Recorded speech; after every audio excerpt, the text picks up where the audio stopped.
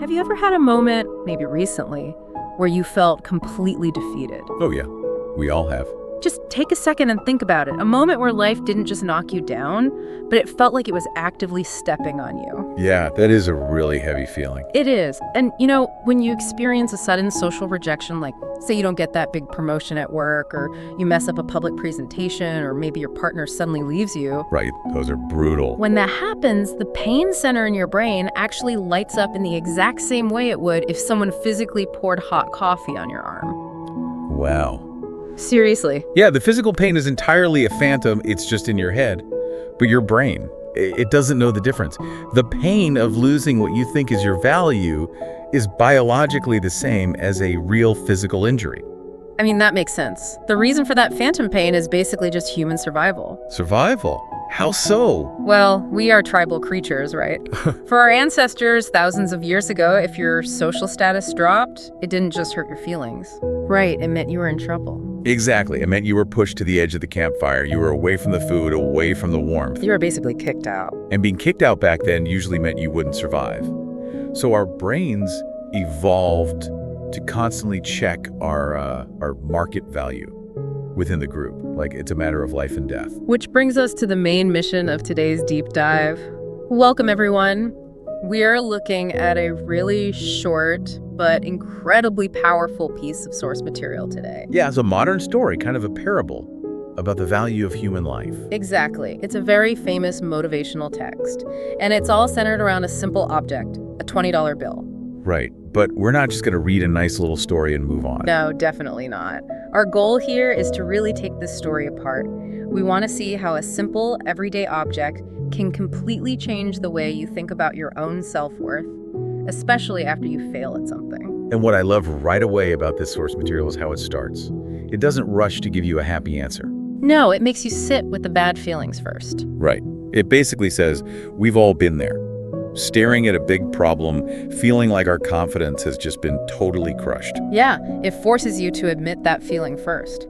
We all know what it feels like when our internal stock price just drops to zero. And notice the words the text uses there.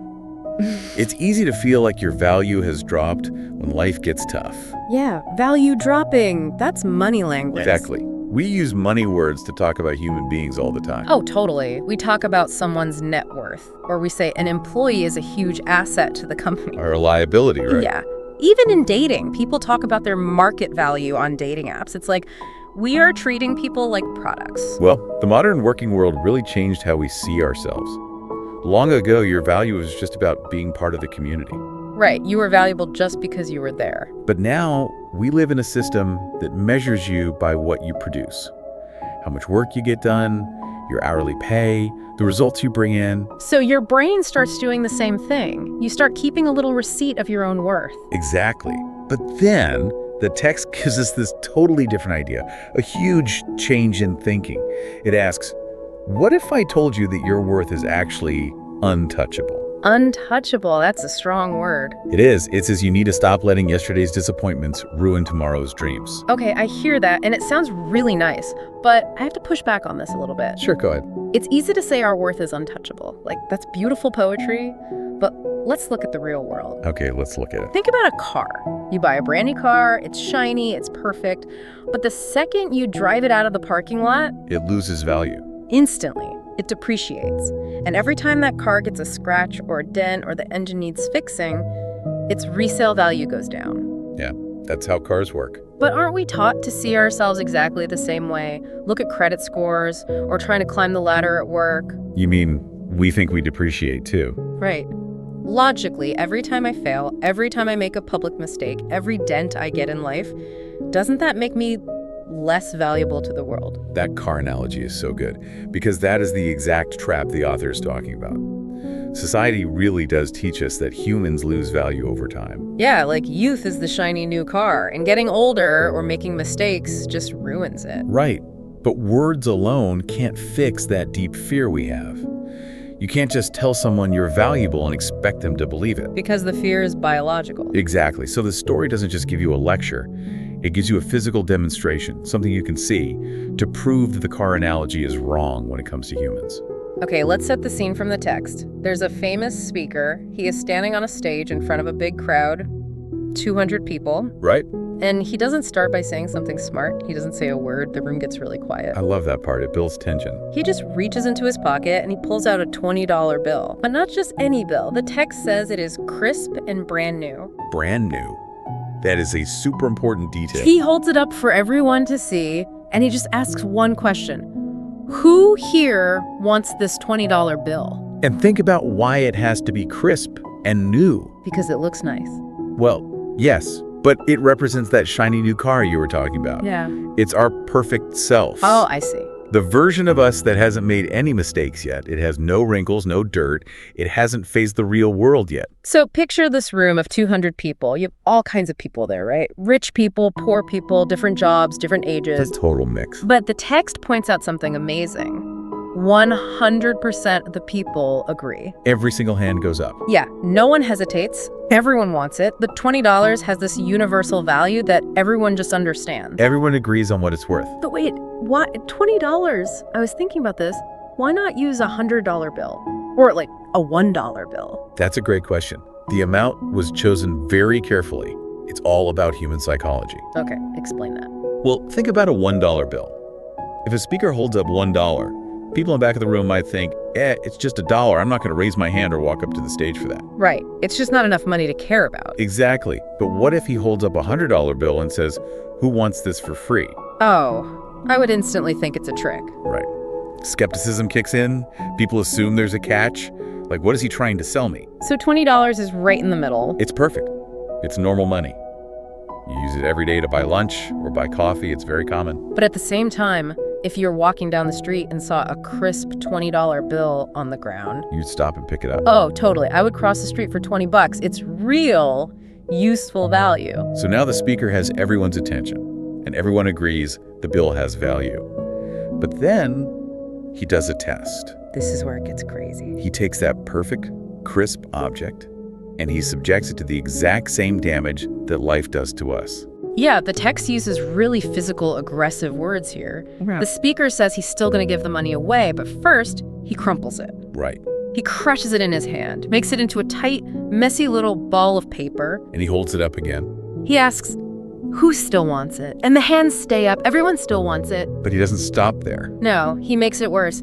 He drops the crumpled money on the floor, and the text says he grinds it into the carpet with his shoe. Wow. You can just imagine that, right? Yeah. The paper rubbing against the dirty floor, picking up dust and dirt. He's really stepping on it. You're really stonking it down. Then he picks it back up. It's totally wrinkled. It's dirty. The text calls it a complete mess. A complete mess. And he asks the crowd one last time, does anyone still want this? And what happens? Every single hand goes right back up. Nobody changed their mind. This is such a powerful image because those actions, crumpling and stepping on the bill, they perfectly match how we experience trauma. How so? Like mentally? Yes, psychologically and physically. Think about the first action, crumpling the money into a tight ball. Yeah.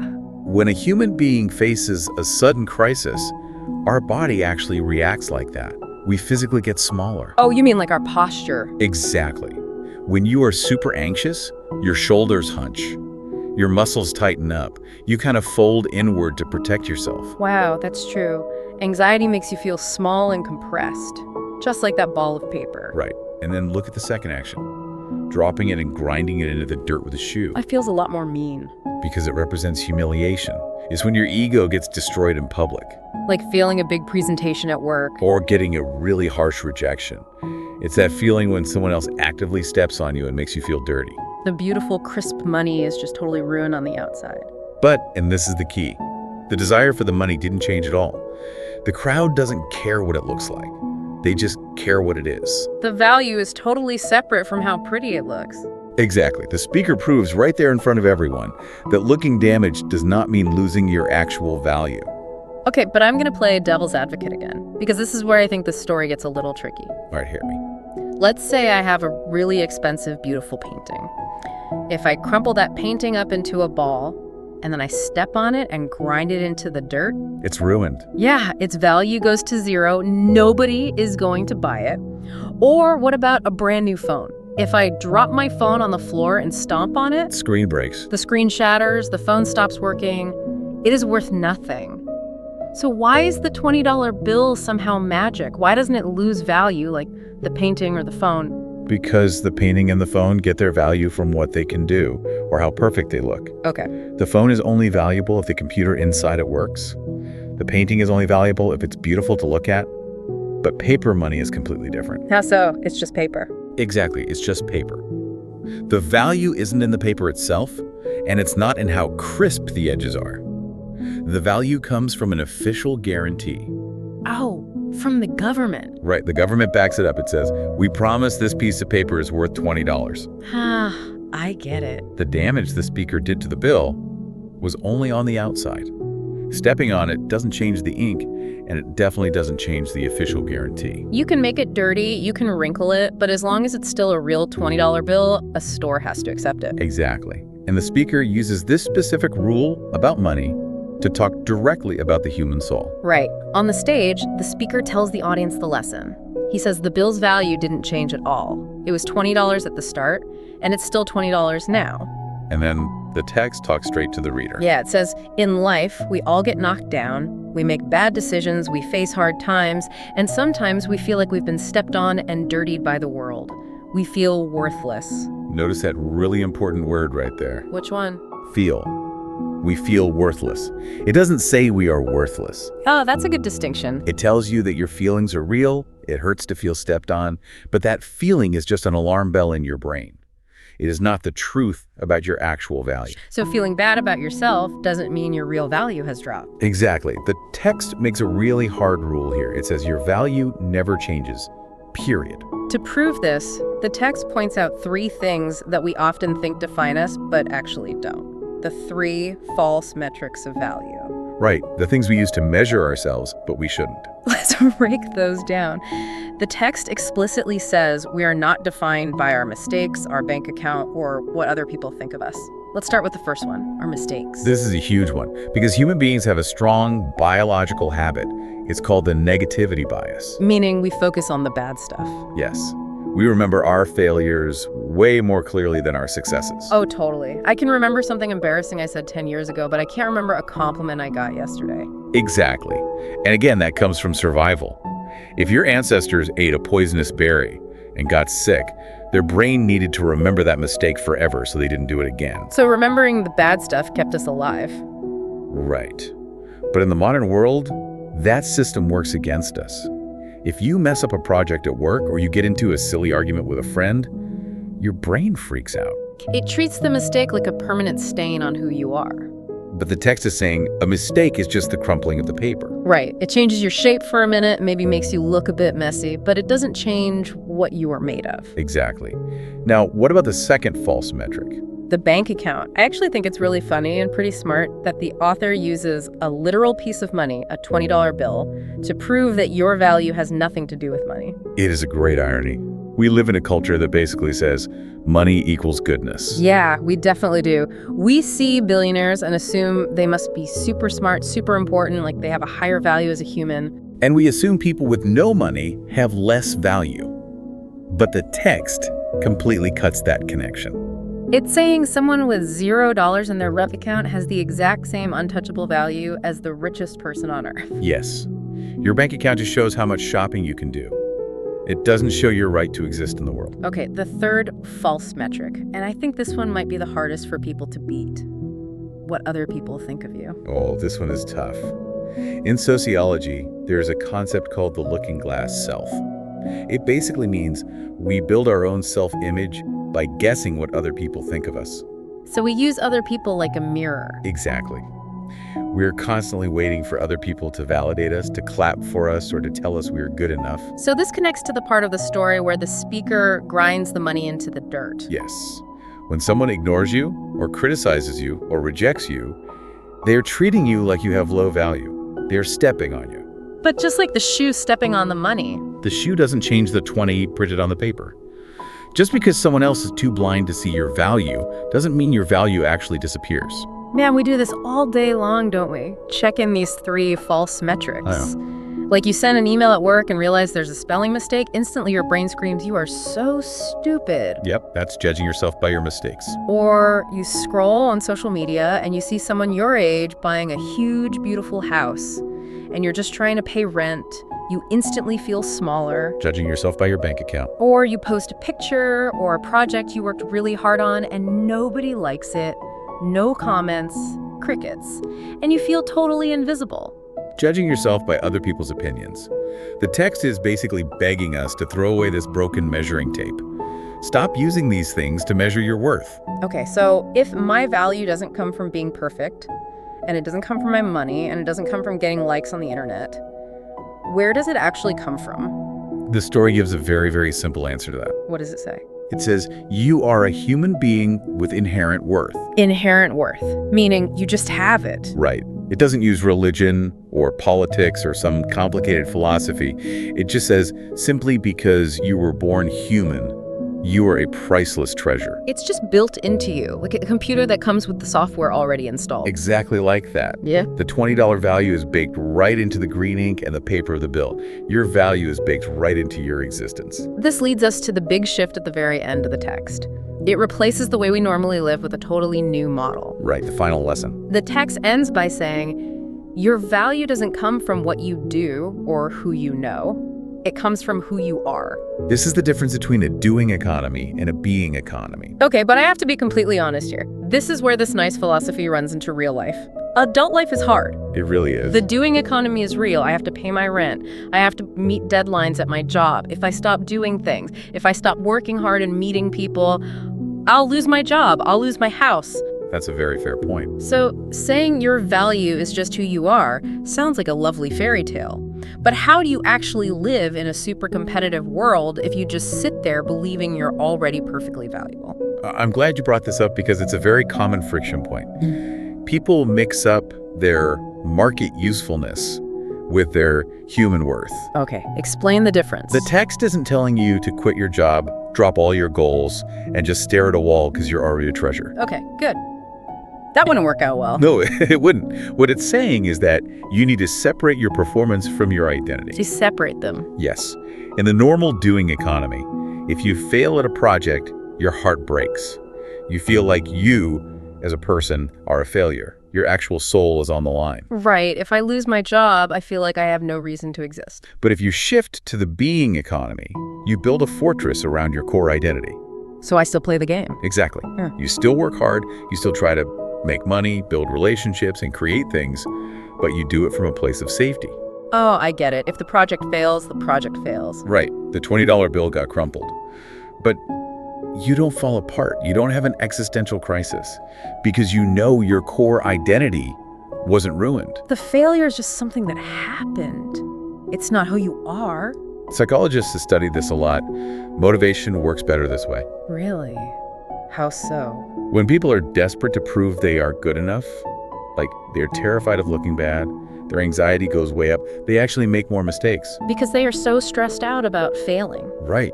But when people know their baseline value is safe, they actually perform better. They take healthy risks. And when they do fail, they bounce back so much faster. Because the failure doesn't mean they are bad people. It just means they need to try a different way next time. Exactly. It's just data. It's not an attack on their soul. That honestly sounds like a huge relief.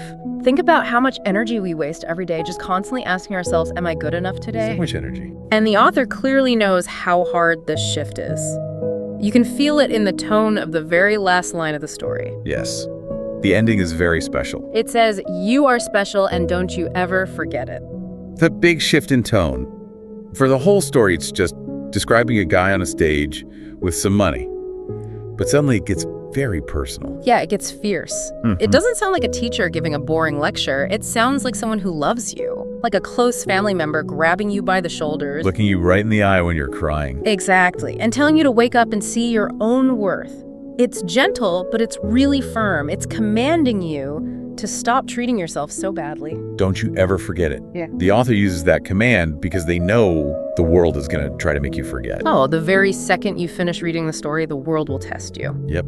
Social media, your boss, your bank account, they will all try to hand you those false measuring tapes again. So remembering your value isn't just something you do once. You have to actively defend it every single day. It is a daily practice. Well, we have covered a lot of ground today on this deep dive. We started with that heavy, scary feeling of being knocked down by life. Validating that it really does hurt. Yes, it hurts. And then we broke down the language we use, how we treat ourselves like cars that lose value the older and more scratched up we get. And then the stage experiment. Yeah. The crisp $20 bill. Right. We saw how something can be crumpled into a ball, thrown on the floor, and stepped on, but its core value doesn't drop a single cent.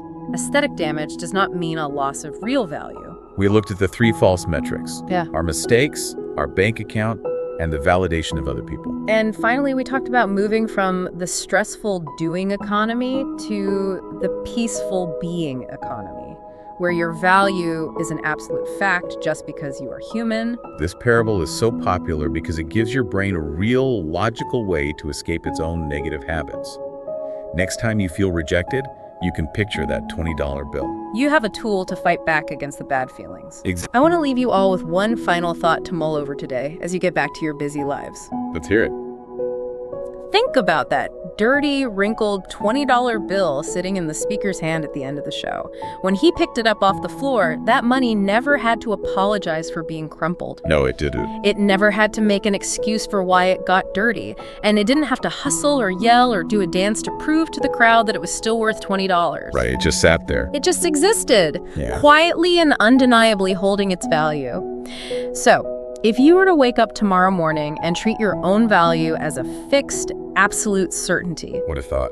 if you completely stopped trying to earn your right to take up space in the world, what would you finally have the energy to do with your life?